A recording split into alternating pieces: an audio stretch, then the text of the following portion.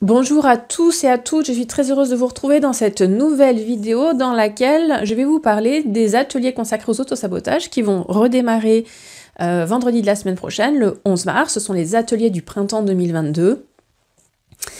Dans cette vidéo, je vais vous parler un petit peu je vais vous expliquer un petit peu comment ça se passe ces ateliers, comment on travaille ensemble et qu'est-ce qui attend ceux qui vont participer à cet atelier, c'est-à-dire qu'est-ce qu'on va travailler spécifiquement. Vous allez voir, j'ai interrogé les cartes et c'est très intéressant ce qu'elles nous disent sur le groupe qui va se constituer et ce qui va se mettre au travail tous ensemble durant ces 6 sessions de 2 heures qui se dérouleront tous les 15 jours, le vendredi de 14 à 16 heures. Mais avant toute chose, pour ceux qui ne me connaissent peut-être pas, je suis Anne-Claire Froger, psychologue clinicienne et coach, et donc j'anime entre autres des ateliers consacrés aux autosabotages afin de vous permettre de comprendre qu'est-ce qu'un autosaboteur, comment il fonctionne, comment il peut impacter négativement votre vie, et bien sûr comment vous pouvez apprendre à vous en libérer progressivement. Donc, dans ces ateliers, qu'est-ce qui va se passer? Comment ça va se dérouler? Est-ce que je peux déjà vous donner un petit aperçu de la façon dont on travaille, du type d'exercice qu'on fait ensemble? Eh bien oui, et pour cela, j'ai utilisé un jeu que j'aime beaucoup qui est le langage secret des animaux. Et donc, j'ai interrogé les cartes en leur demandant quel est le groupe qui va se constituer, c'est-à-dire quelle est sa préoccupation, qu'est-ce qui va venir spécifiquement travailler dans cet atelier. Et vous allez voir que la carte que j'ai tirée nous dit beaucoup de choses, elle est vraiment intéressante. C'est le rhinocéros blanc. Et pourquoi elle est intéressante? Parce que elle parle, d'après moi, de ce que les participants du groupe ont besoin de venir travailler dans ces ateliers. Quand on regarde cette carte, on voit un adulte rhinocéros qui est aux côtés d'un bébé rhinocéros. Et on les voit paisibles, on les voit sereins avec un soleil couchant derrière eux. Il y a une atmosphère paisible qui se dégage, mais aussi une impression de force, tranquille, et d'ancrage. C'est un animal terrestre qui est lourd, qui est ancré dans le sol, qui est aussi très déterminé, qui peut se défendre s'il y a besoin, mais qui est plutôt paisible de nature, qui est herbivore, hein, c'est un animal paisible, mais qui est bien armé pour se défendre, hein, et qui se laisse pas empiéter, qui se laisse pas agresser, vous voyez. Et donc du coup, de cette carte se dégage une sensation de sérénité parce que cet animal, cet adulte, il est bien à sa place. Et du coup, en étant bien à sa place, en jouant bien son rôle, il permet à son enfant de se développer en toute sécurité auprès de lui. Un enfant, et pour moi, ça représente le parent intérieur qu'on peut être pour soi-même et l'enfant intérieur. Et donc, dans les questions d'autosabotage, eh bien, quand on creuse un petit peu, il y a toujours un enfant intérieur qui a été blessé et qui, du coup, s'est replié et ne peut plus totalement, dans votre vie d'aujourd'hui, vous nourrir avec son enthousiasme, son énergie juvénile, sa créativité, sa spontanéité, son rire et son envie d'aller vers les autres. Parce que comme il a été blessé, il s'est replié. Et le rôle, il s'est replié parce qu'il n'a pas eu un parent intérieur ou un parent extérieur qui a été en capacité de le protéger et de jouer ce rôle-là. Et donc, l'enjeu dans les ateliers, et c'est pour ça que je la trouve intéressante, parce que c'est déjà ce qu'on a abordé dans les ateliers précédents de l'automne 2021, eh bien on a beaucoup travaillé sur ce parent intérieur et sur la façon de faire grandir ce parent intérieur en vous pour que vous puissiez développer confiance en vous, capacité à vous affirmer, à écouter vos besoins, à dire oui ou non, à poser des limites. Et en faisant ça, plus on arrive à incarner, à développer en soi ce parent intérieur, ce rhinocéros adulte-là, vous voyez, bien campé sur ses pattes, plus on arrive à l'incarner, à le rendre vivant en soi, à ce qu'il puisse prendre sa place pleine et entière, et bien plus on permet à l'enfant intérieur de guérir, parce que du coup il se sent sécurisé, il se sent à l'abri, il n'est plus en danger, et il peut retrouver justement toute sa spontanéité, sa joie de vivre, etc. Donc, ce que la carte nous dit, d'après moi, c'est que c'est à nouveau cet enjeu-là qu'on va travailler dans les ateliers qui arrivent la semaine prochaine, avec le groupe. C'est ce que le groupe a besoin de travailler, c'est cet ancrage, cette force intérieure, cette affirmation, cette détermination et ce calme aussi. Voyez, c'est le fait de se sentir en sécurité et calme et apaisé, parce que je sais où je vais, je sais ce que je veux, j'ai confiance dans le fait que je vais l'obtenir et que tout peut bien se passer si je suis bien à ma place et si j'ai un parent intérieur qui est solide, Et vous voyez cette façon de travailler avec les cartes, elle est intéressante et c'est ça qu'on va reprendre dans les ateliers, c'est-à-dire qu'on va tirer des cartes en leur posant des questions. Qu'est-ce que mon auto-saboteur m'empêche de faire ? Pourquoi est-il là ? De quoi cherche-t-il à me protéger ?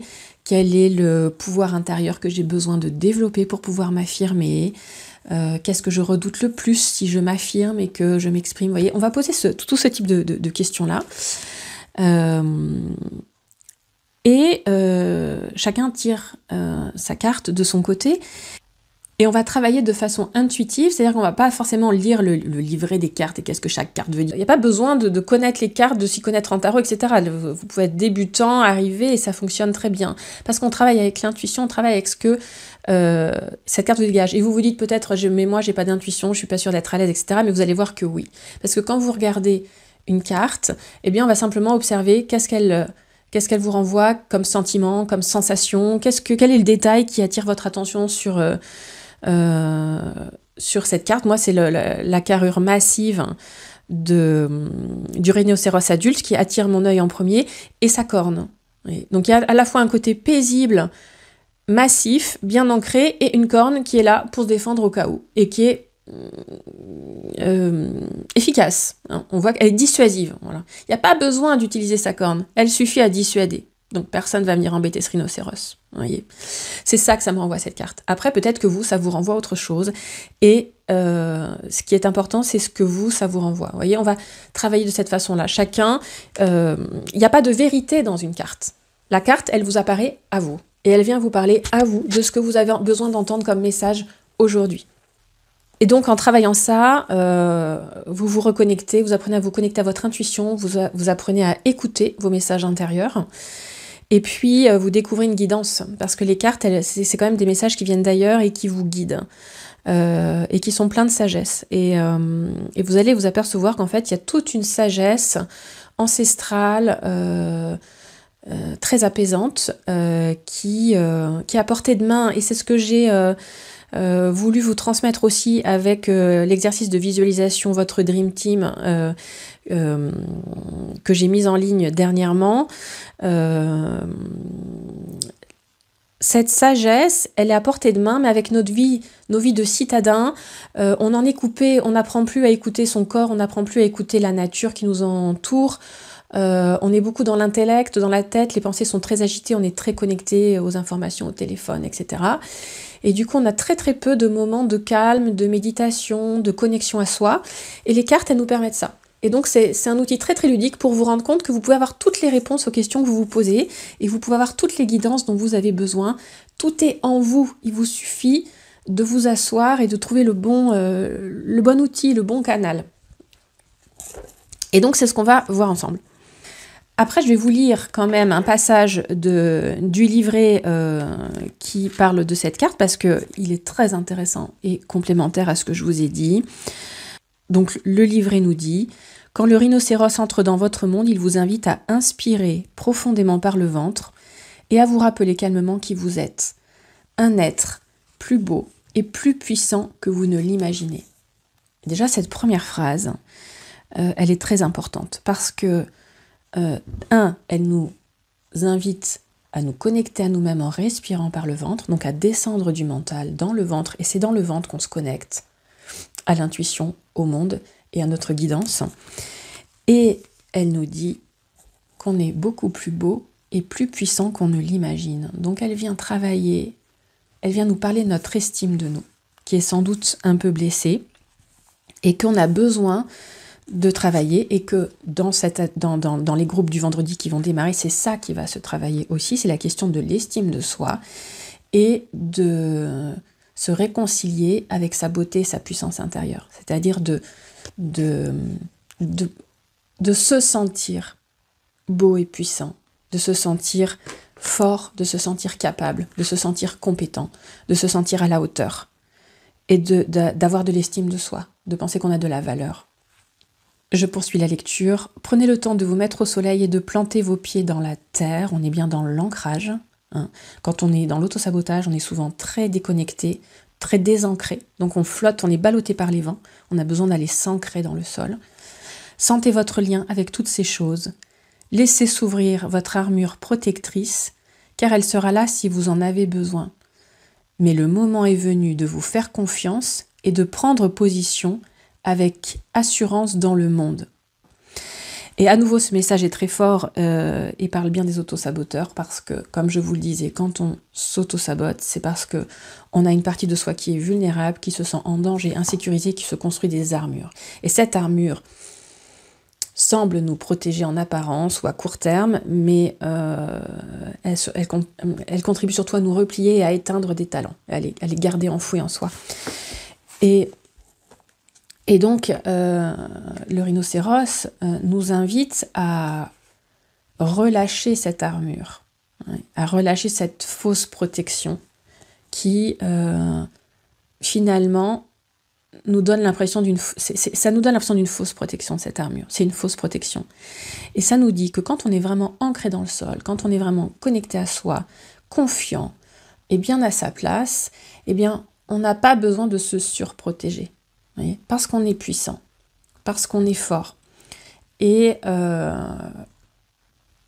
donc, voilà, la carte nous invite à faire confiance à nos capacités à occuper cette place, et donc à relâcher ce bouclier, cette armure qu'on met devant soi, à la laisser retomber, parce qu'en fait, tout va bien, on est en sécurité, et on peut s'exprimer tel que l'on est, sans crainte de l'extérieur, tout se passera bien. Et ça termine sur une phrase très importante. La clé pour éviter les luttes de pouvoir avec autrui est de se mettre en paix avec le pouvoir qui réside au fond de soi. Plus on est au contact de son propre pouvoir, comme le rhinocéros l'est avec sa corne, moins on a besoin de se défendre et d'être en conflit. Parce que, comme je vous le disais, la corne est dissuasive, et du coup, personne vient vous ennuyer. Parce que vous dégagez une aura, vous dégagez une puissance, vous dégagez une capacité à vous défendre qui fait que, magiquement, eh bien, les conflits disparaissent. Et ça, c'est vraiment quelque chose de très contre-intuitif.